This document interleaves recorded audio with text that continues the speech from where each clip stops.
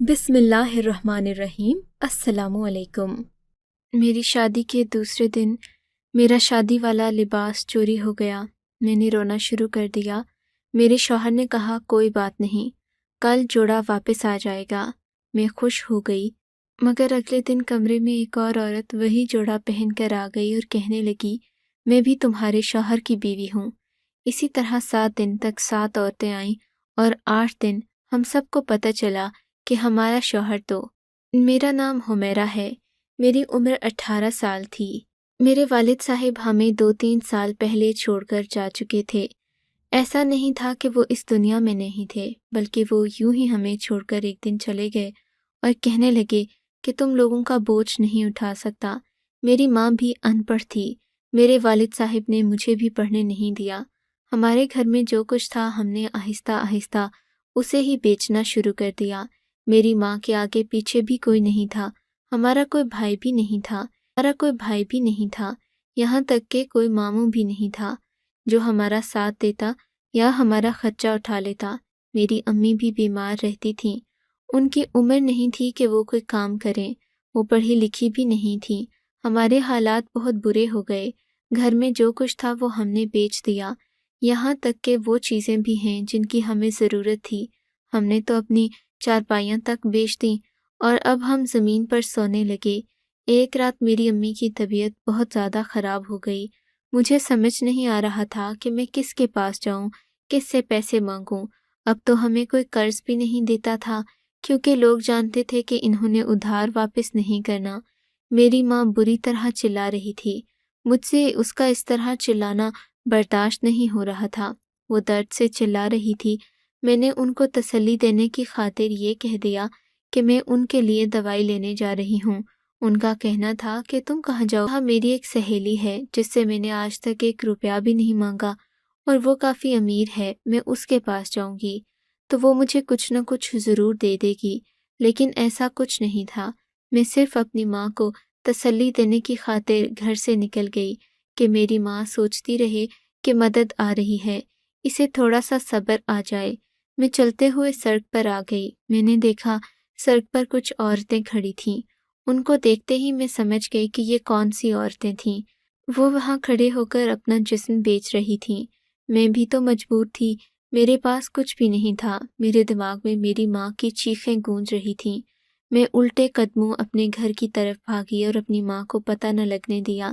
میں اپنے کپڑوں میں سے سب سے شوخ رنگ کے کپڑے نکالے، اپنے ہونٹوں پر ایک لال لپسٹک لگا کر واپس آ گئی۔ میں جھوٹ نہیں بولوں گی، اس وقت میرے دماغ میں کچھ نہیں چل رہا تھا، صرف اور صرف میری ماں کی چیخیں گونج رہی تھیں۔ ہم نے 4 دن سے کھانا نہیں کھایا تھا۔ اگر میری ماں کچھ کھا لیتی تو شاید اس کی طبیعت بھی ٹھیک ہو جاتی۔ مجھے تو لگتا ہے کہ وہ بھوک سے چیخ رہی تھی۔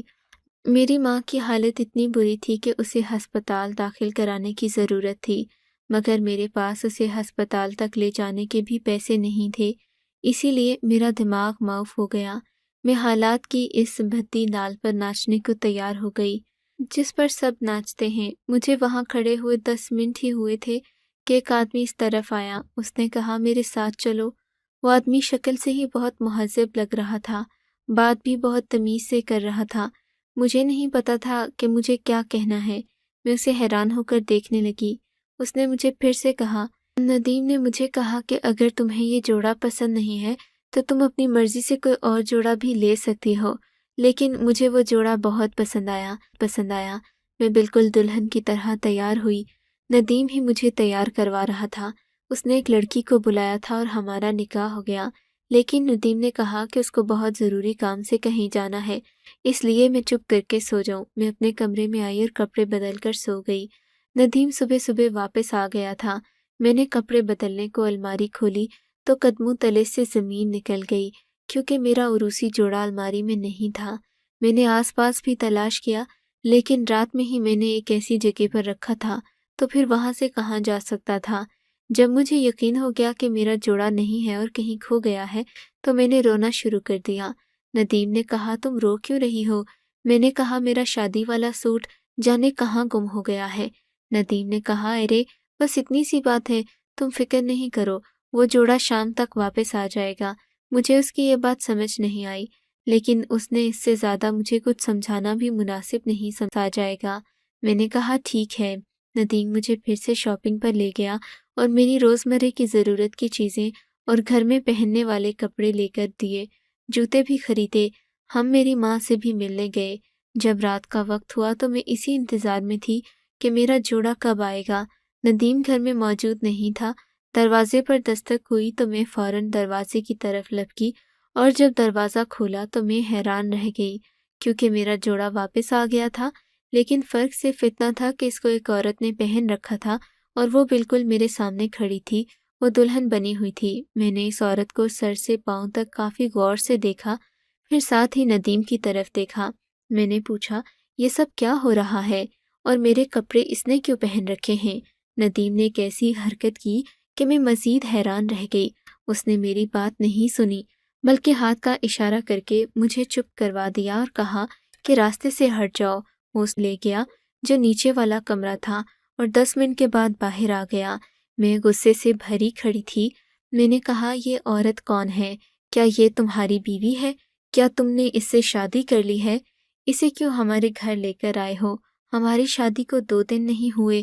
میں نے تمہارے ساتھ بیٹھ کر آرام سے بات نہیں کی اور تم میرے ہی سامنے میرے شادی کے جوڑے میں ایک دوسری عورت کو لے آئے ہو۔ آخر یہ ہو کیا رہا ہے؟ ندیم نے کہا ہاں میں اس عورت کو گھر لے آیا ہوں، یہ میری دوسری بیوی ہے، لیکن اگر تم اس کے پاس گئی یا تم نے اس سے بات کرنے کی کوشش بھی کی تو مجھ سے برا کوئی نہیں ہوگا۔ یہ بات سن کر مجھے اور غصہ آ گیا۔ ایک تو آپ نے مجھ سے بے وفائی کی، میرے ہوتے ہوئے کسی اور سے شادی کی۔ کیا کمی ہے مجھ میں؟ کیا میں بانجھ ہوں؟ میں پہلے سے شادی شدہ ہوں یا میں آپ کے ساتھ بری ہوں؟ میں نے کوئی بے وفائی کی ہے یا آپ کو دھوکہ دیا ہے یا آپ کا نام بدنام کیا ہے؟ ندیم ہماری شادی کو بدنام کیا ہے۔ ندیم ہماری شادی کو 1 دن ہوا ہے، آپ نے میرے سامنے میری سوتن لا کر کھڑی کر دی، اس پر بھی آپ مجھے دھمکی دے رہے ہیں۔ میں تمہاری کوئی بات نہیں سنوں گا۔ اگر تم نے اس عورت سے بات کرنے کی کوشش کی یا تم اسے کمرے میں گئیں یا اس سے کسی بھی طرح کا رابطہ بنانے کی کوشش کی تو میں تمہیں طلاق دے دوں گا۔ میرے ساتھ چلو۔ میں نے کہا ٹھیک ہے میں تمہارے ساتھ چلوں گی، پر تم مجھے پیسے کتنے دو گے؟ اس نے کہا میں تمہیں تمہاری سوچ سے بھی زیادہ پیسے دوں گا۔ میں نے کہا مجھے کچھ سمجھ نہیں آ رہا، بس میں تو ایسے ہی بول رہی تھی۔ میں نے کہا ٹھیک ہے میں تمہارے ساتھ چلتی ہوں۔ تبھی پیچھے سے ایک عورت کی آواز آئی جس نے کچھ ایسا کہا جسے سن کر میں بہت حیران ہوئی۔ وہ عورت بھی وہیں کھڑی تھی اور وہی کام کرتی تھی جو میں پہلی دفعہ کرنے جا رہی تھی۔ اس نے مجھے کہا کہ اس شخص کے ساتھ مت جاؤ، اس شخص کے ساتھ جو بھی لڑکی جاتی ہے وہ واپس نہیں آتی۔ میں نے اس عورت کو پلٹ کر دیکھا۔ اس نہیں ہوں، اس شخص کے ساتھ آج تک جو بھی لڑکی گئی ہے ہم نے اس کو دوبارہ کبھی نہیں دیکھا۔ میری مانو تو اس کے ساتھ مت جاؤ۔ میں نے اس شخص کی طرف دیکھا تو اس نے کہا وہ صرف اس لیے کہہ رہی ہے کیونکہ میں اسے نہیں تمہیں لے کر جا رہا ہوں۔ اس کی باتوں پر کان مت دھرو، میرے ساتھ چلو۔ اس نے مجھے کار میں بیٹھنے کا اشارہ کیا۔ اس کے پاس بہت بڑی کار تھی۔ میں اس کے ساتھ بیٹھ گئی۔ وہ مجھے ایک بڑے سے گھر میں لے گیا، لیکن جس کمرے میں مجھے لے کر گیا وہ کمرہ کافی چھوٹا تھا۔ اس نے مجھے کہا کہ تم یہاں آرام سے بیٹھو، میں ابھی آتا ہوں۔ میں نے اسے کہا ٹھیک ہے۔ وہ وہاں سے چلا گیا اور تھوڑی دیر بعد جب وہاں آیا اس نے مجھے کہا کہ اسے بہت سی ضروری بات کرنی ہے، وہ مجھ سے شادی کرنا چاہتا ہے۔ میں نے حیران ہو کر اس شخص کی طرف دیکھا۔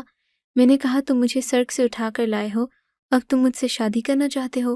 تم مجھ سے شادی کیوں کرنا چاہو گے؟ تم امیر انسان ہو، اچھے ہو، دیکھنے میں اچھے بھرے لگتے ہو، تمہیں تو کوئی بھی لڑکی مل جائے، پھر میں ہی کیوں؟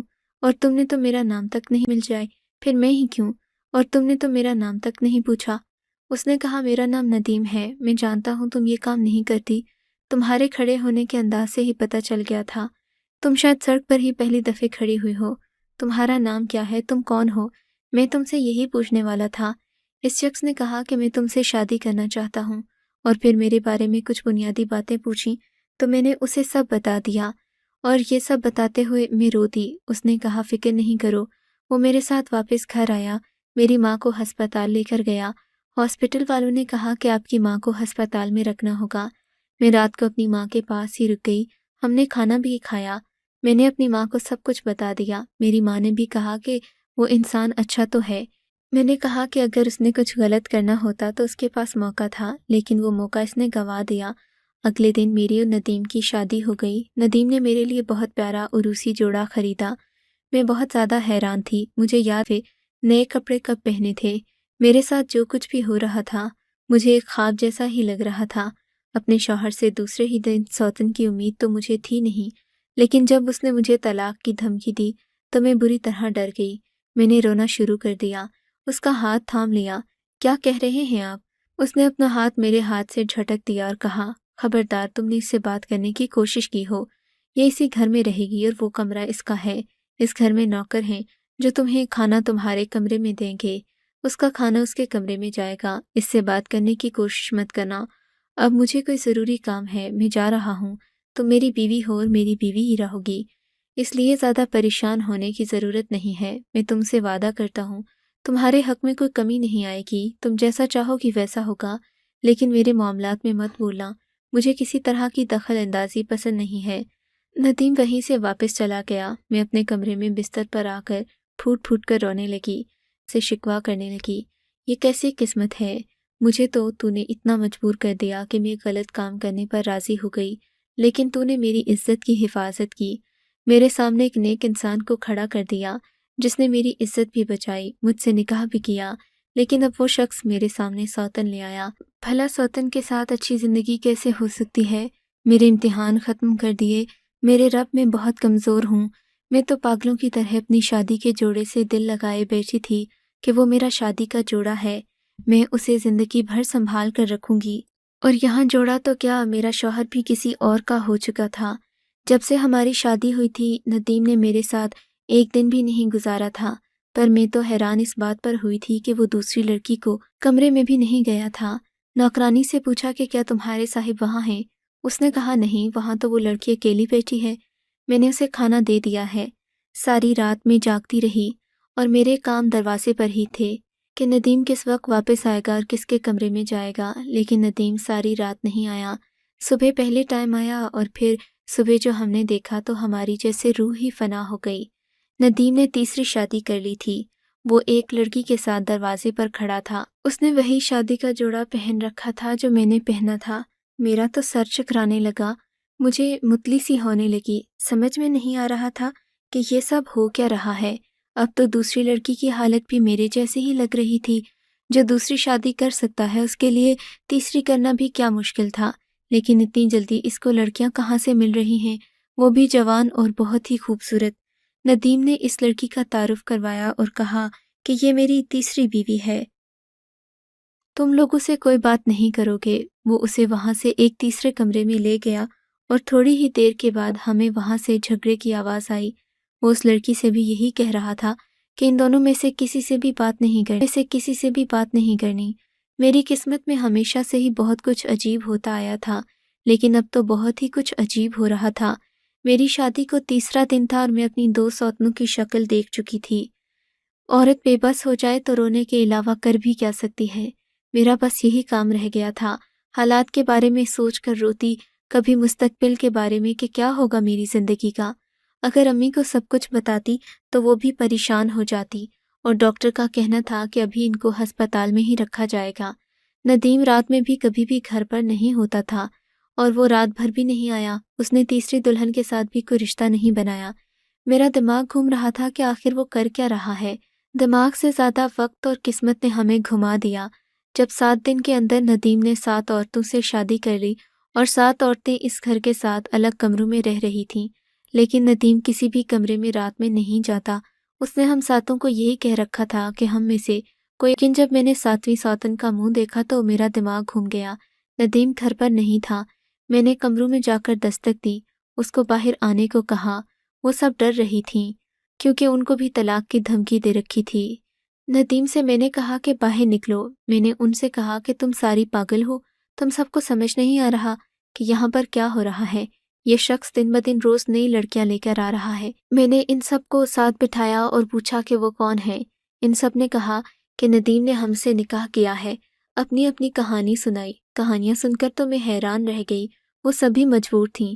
کسی کا باپ بیمار تھا تو کوئی یتیم تھی، کسی کو اس کے شوہر نے چھوڑا ہوا تھا اور کوئی بانجھ تھی۔ سب کی کہانیاں دکھ بھری تھیں۔ میں سوچنے لگی کہ ندیم نے سبھی مجبور اور لاچار لڑکیاں اکٹھی کر رکھی ہیں۔ کیوں مجبور اور لاچار لڑکیوں کو اکٹھا کرنا اس کے لیے آسان تھا۔ مجھے لگتا ہے کہ اس نے ہم میں سے کسی کے ساتھ بھی سچا نکاح نہیں کیا تھا، بلکہ تھا اور ہمیں یہ بیچ دے گا یا پھر کسی کوٹھے پر چھوڑ آئے گا، ورنہ کوئی نارمل انسان 7 دن میں 7 شادیاں کیسے کر سکتا ہے؟ کیوں کرے گا وہ 7 شادیاں؟ اور اگر شادی کی بھی تو پھر کسی ایک بیوی کے ساتھ بھی رشتہ قائم کیوں نہیں کیا؟ اس نے ہم سب کو یہ کہا کہ ہم ایک دوسرے سے رابطہ نہیں کریں، وہ ہمیں طلاق دے دے گا۔ میں تقریر کرنے کے انداز میں سب کو سمجھا رہی تھی، ان سے پوچھ رہی تھی کہ تمہارے دماغ میں یہ ساری باتیں کیوں نہیں آ رہی؟ ہم سب یہاں بری طرح پھنس گئے ہیں، یہ شخص ہمیں کہیں بھی نہیں جانے دے رہا، ہمیں کوئی بات نہیں بتا رہا، ہر روز نئی لڑکی لے کر آ رہا ہے، یہاں پر کچھ بہت ہی غلط ہو رہا ہے۔ ہم لوگوں نے ارادہ کر لیا کہ ہم ایک ساتھ اس گھر سے نکلیں گے اور پولیس کے پاس جائیں گے، پولیس کو یہ بات بتائیں گے، لیکن اس سے پہلے کہ ہم گھر سے نکلتے فون بجا۔ میں نے کہا دفع کرو، اس فون کی کوئی ضرورت نہیں، ہمیں بس یہاں سے نکلنا ہے اور سیدھا پولیس کے پاس جانا ہے، ان کو ساری بات ہے اور سیدھا پولیس کے پاس جانا ہے، ان کو ساری بات بتا دینی ہے۔ ہم لوگوں نے گھر سے نکلنے کی تیاری کی اور دروازے کی طرف بڑھے۔ ہم لوگ سیدھا پولیس اسٹیشن گئے اور جا کر سب سے پہلے جب پولیس والے کو ندیم کا نام بتایا تو اس نے ہم کو ندیم کا پورا نام بتا کر کہا کہ وہ بزنس مین جس کا فلاں جگہ پر گھر ہے۔ ہم نے کہا وہیں، ہم اسی کے گھر سے آئے ہیں۔ اس نے کہا وہ تو بہت اچھے انسان ہیں، آپ یہ کیسی باتیں کر رہی ہیں؟ ہمارا کہنا تھا کہ ہم مذاق نہیں کر رہے، آپ کو لگتا ہے کہ ہم مذاق کر رہے ہیں، آپ اس کے خلاف رپورٹ لکھیے۔ اچانک وہاں پولیس کا فون بجا، اس نے فون سنا، پولیس والا ایک دم سے بیٹھ گیا اور کہنے لگا رپورٹ زندہ لوگوں کے خلاف لکھی جاتی ہے، مرے ہوئے کہ نہیں۔ ہمارے قدموں کے نیچے سے زمین نکل گئی۔ کیا مطلب ہے آپ کا؟ پولیس والے نے بتایا کہ جس ندیم دستور کی آپ بات کر رہی ہیں وہ اب اس دنیا میں نہیں ہے، تھوڑی دیر پہلے ہی ان کی موت ہوئی ہے۔ ہم سب کے دل بیٹھ گئے، ہم لوگ بہت حیران ہوئے۔ پولیس والے ہمیں کہا کہ آپ اپنے گھر جائیں۔ ہم لوگ اپنے گھر واپس آ گئے، کچھ سمجھ نہیں آ رہا تھا، دماغ معاف ہو گیا تھا۔ کیا واقعی ندیم اس دنیا سے چلا گیا تھا؟ اگر ایسا تھا تو ہم 7 لڑکیاں ایک ساتھ ہی بیوہ ہو چکی تھیں۔ تھوڑی دیر کے بعد ہم گھر میں داخل ہوئے، مجھے تو دیکھنے سے ہی وکیل لگ رہا تھا، اور دوسرا کون تھا یہ ہم نہیں جانتے تھے۔ ان دونوں نے ہمیں بیٹھنے کو کہا کہ آرام سے ہماری بات سنیں۔ انہوں نے ہمیں بتایا کہ ندیم دستور کو ایک جان لیوا بیماری تھی جس کے تحت اس کے پاس صرف 3 مہینے تھے، جس میں سے کافی سارا وقت گزر گیا تھا، لیکن وہ شہر کا سب سے امیر آدمی تھا، پر خاندان میں اس کا کوئی نہیں تھا، اس کا دور دور تک کوئی نہیں تھا، وہ اس دنیا میں بالکل اکیلا تھا۔ اس نے ایک نئی طریقہ سوچا، اس نے 7 ایسی مجبور لڑکیوں کو تلاش کیا جو بہت ہی مجبور تھیں، ان 7 لڑکیوں سے نکاح کیا اور وصیت لکھی کہ ان کے جانے کے بعد ان کی ساری دولت ان 7 لڑکیوں میں برابر تقسیم کی جائے۔ ویسے بھی قانون کی بیوی ہیں، اس لیے آپ لوگ ان کی بچی ہوئی جائیداد کی مالک ہیں۔ ندیم کی خواہش تھی کہ وہ 7 لڑکیوں کی مدد کرے۔ اس نے آپ سب سے نکاح کیا، لیکن اس کا مقصد صرف نکاح کرنا تھا، کوئی رشتہ قائم کرنا نہیں، کیونکہ اگر وہ ایسا کرتا تو اس سے آپ کی آنے والی زندگی پر اثرات پڑ سکتے تھے۔ ندیم کی جو بھی جائیداد ہے اس کے ساتھ حصے کیے جائیں گے، آپ سب میں تقسیم کر دیے جائیں گے، آپ سب لاکھ پتی بن جائیں گے۔ ہم سب کی آنکھوں میں آنسو اور سر شرمندگی سے جھکے ہوئے تھے۔ سب سے زیادہ تو میں شرمندہ تھی جس نے ندیم کو غلط سمجھا، جبکہ وہ اتنا اچھا انسان تھا کہ مرنے سے پہلے بھی اتنا بڑا نیکی کا کام کر دیا۔ اس نے ہم سب کا مستقبل سنوارا تھا، ہم سب نے اپنی عدت پوری کی۔ ہر ہفتے ہم اس کی قبر پر جاتے ہیں، اس کے لیے فاتحہ خوانی بھی کرواتے ہیں۔ اس کی بدولت ہمیں نئی زندگی ملی ہے، ہماری زندگی کے سارے مسئلے ختم ہو گئے ہیں۔